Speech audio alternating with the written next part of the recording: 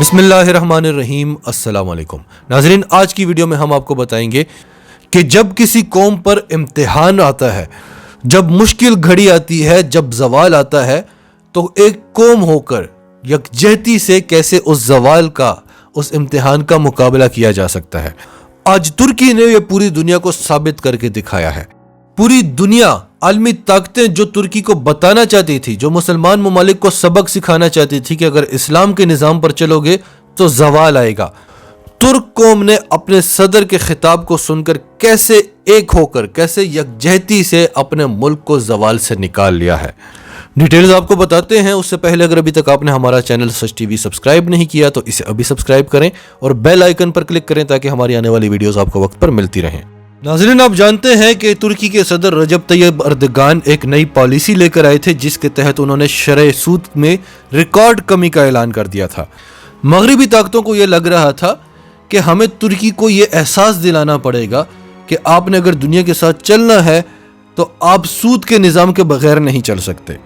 اگر آپ سود کے نظام میں کمی لا کر اس کو آہستہ آہستہ ختم کرنے کی کوشش کریں گے تو دیکھیں آپ کی کرنسی کا کیا حال ہوتا ہے، آپ کی معیشت کا کیا حال ہوتا ہے۔ اور وہی ہوا، ترکش لیرہ کم ترین سطح پر آ گیا اور ترکی کے صدر رجب طیب اردگان ہمیں عالمی طاقتوں کے سامنے جھکتے ہوئے بھی نظر آئے۔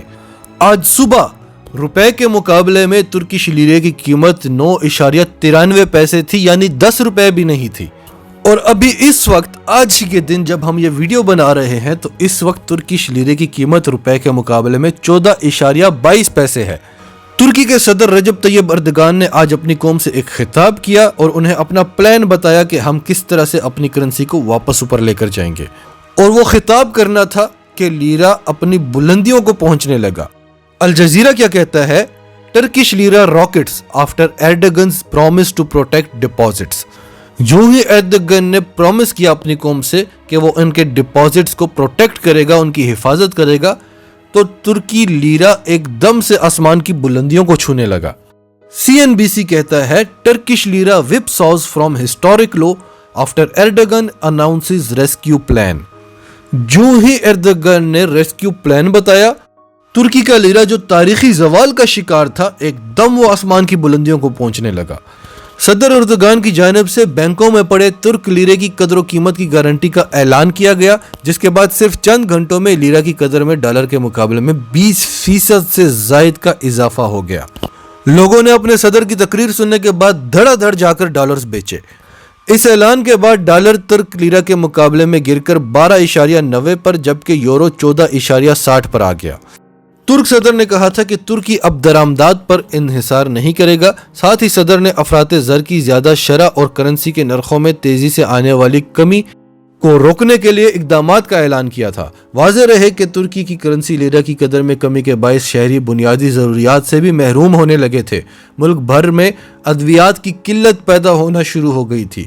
سنگین بیماریوں میں مبتلا شہری در بدر کی ٹھوکریں کھانے پر مجبور ہو گئے تھے۔ اس کے باوجود صدر نے اعتماد میں لیا اور لوگوں نے اعتبار کیا، اور دیکھیں جب قومیں اکٹھی ہوتی ہیں تو کیسا انقلاب آتا ہے۔ ہمارے یہاں بھر بھر کر آج بھی لوگوں نے ڈالر بینکوں سے نکال کر گھروں میں رکھے ہوئے ہیں، باہر کے ممالک میں انویسٹ کیے ہوئے ہیں، اور ہم عوام ان کو پروٹیکٹ کر رہے ہیں آج تک۔ جب قانون ہمارے لیے حرکت میں آ بھی جائے یا کوئی ہمارے لیے لڑنے کو کھڑا بھی ہو جائے تو ہم اس کا ساتھ نہیں دیتے، ہم ان کو پروٹیکٹ کرتے ہیں جو ہمیں لوٹ کر گیا ہو۔ 2009 میں جب جرمنی میں کرائسس آئے تھے، پوری دنیا میں کرائسس آئے تھے، تو سب سے پہلے جرمنی ان کرائسس سے کیسے نکلا تھا؟ جرمن عوام نے اعلان کیا تھا کہ اس سال ہم ڈبل ٹیکس دیں گے، ہم گزارا کریں گے، ہم کھانا کم کھائیں گے، ہم اپنے اخراجات کو کم کریں گے، لیکن ہم اپنے ملک کو کرائسس سے نکالیں گے۔ آج ہم دیکھ رہے ہیں کہ ایک شخص ہمارے لیے کھڑا ہو گیا ہے، لڑنے کو تیار ہے، سب کچھ کرنے کو تیار ہے، لیکن ہمارا نظام اس کا ساتھ نہیں دے رہا۔ مافیا زیادہ مضبوط ہے، مافیا جیت گئی ہے، کبھی چینی کا بحران پیدا کرتی ہے، کبھی کس چیز کا بحران پیدا کرتی ہے۔ مافیا عالمی طاقتوں کے ساتھ ملی ہوئی ہے، تو ہم اس کا ساتھ چھوڑ کر پھر سے مافیا کو سپورٹ کرنے لگ گئے۔ ٹھیک ہے، مہنگائی پوری دنیا میں ہے۔ کیا عمران خان کرونا کو لے کر آیا تھا؟